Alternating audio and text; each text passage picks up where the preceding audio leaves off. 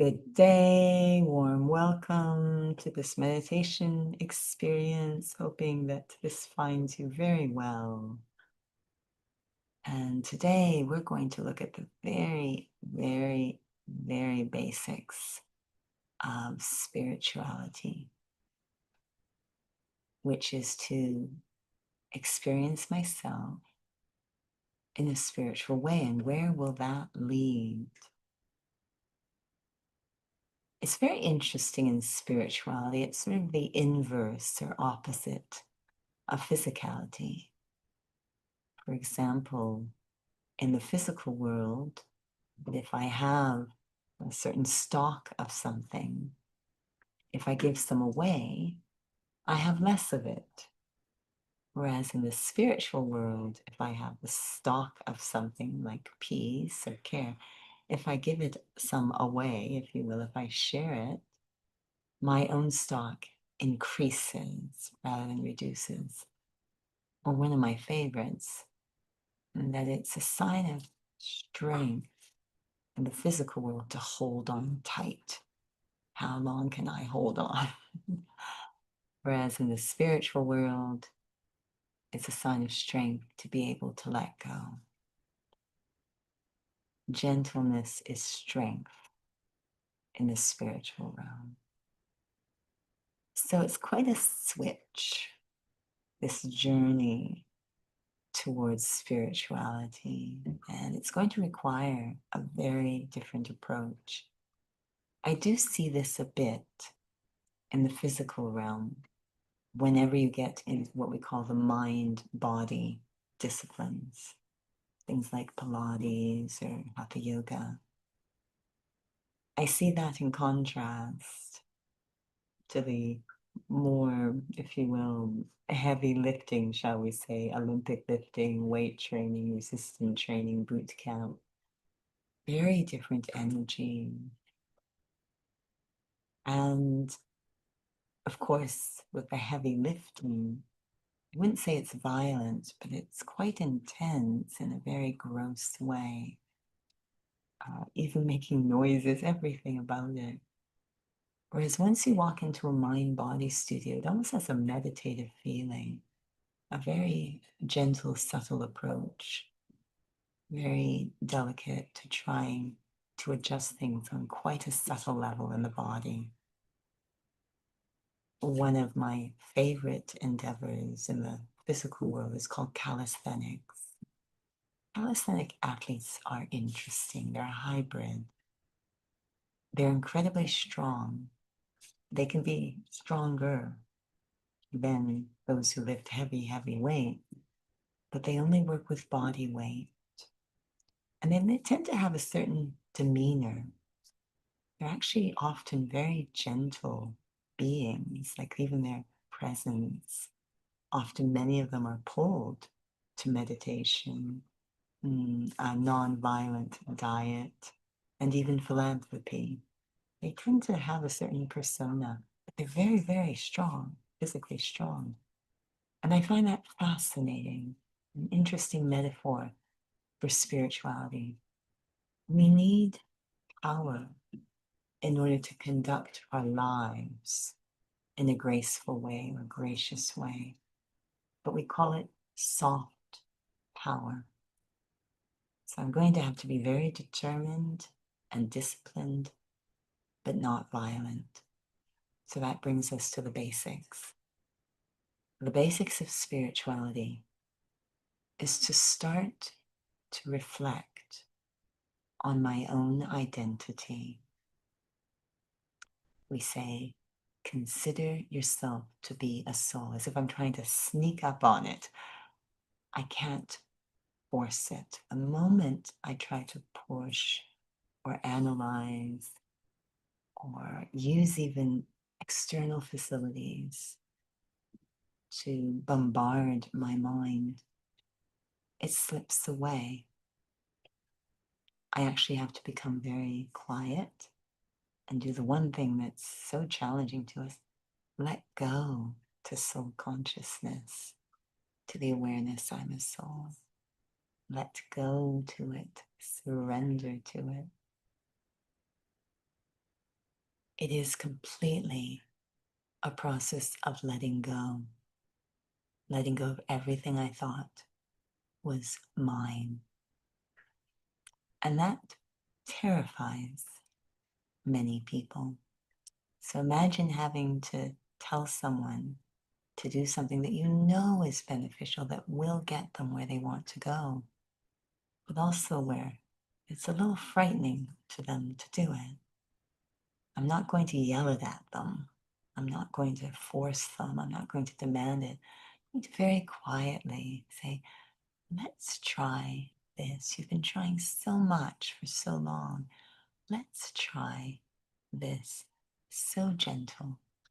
So this is how I need to treat myself when I start to entertain, reflect, consider myself. I'm not what I always thought I was. I'm not who I always thought I was.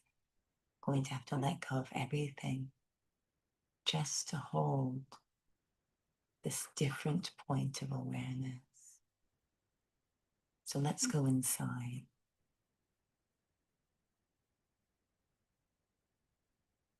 I create a space inside with the paintbrush of my attention. A space where there's no pressure of time, just this moment. A space where there's no heaviness or force, no violence. Like a soft space of cotton wool, very gentle. And in that gentleness, there's so much power in this space. It's calm, simple, slow, light. It's all the things that might be lacking in my outer world. I take the time to create that container inside. And like a cocoon, I then place myself completely in that space. It's like sitting in a warm hug inside. Very comfortable, very comforting, very safe, secure, and so calm, saturated with the feeling that everything is okay. A space so secure that I begin to feel my grip on the image, on who and what I thought I was, beginning to soften, to loosen. I'm open, even interested in considering myself to be a soul.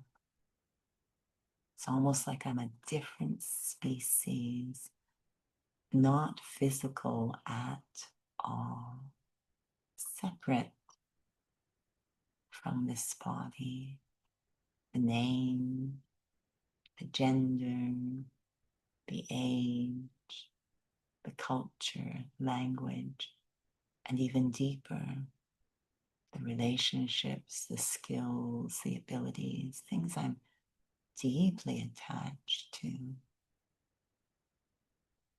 Open to softening my grip, going deeper and deeper into the significance of being a soul. And as I trust that process of considering myself, I begin to experience the benefits of considering myself to be a soul. I start to feel extremely calm inside. I am calm and light. I really do feel everything's okay. That container I had created inside, I begin to embody those feelings. And most powerful of all, I begin to feel very close to the source of something very good, very benevolent. The feeling I am coming closer to God, the source of goodness, of truth. Much more elevated thoughts entering my mind and heart, closer to this divine being who always sees me as a soul, who is supporting, even pulling me to consider myself to be a soul, knowing that's the key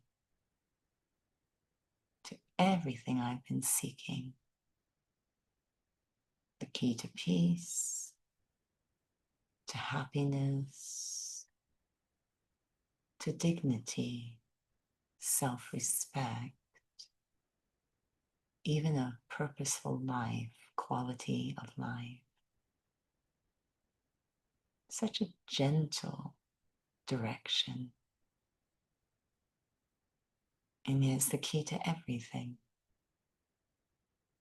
Consider yourself to be a soul. So surprisingly simple. I have to use that key with great care,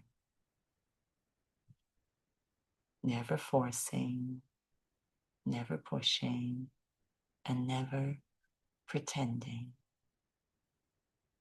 Soft and sincere in shifting my awareness from believing I'm the body to considering myself to be a soul.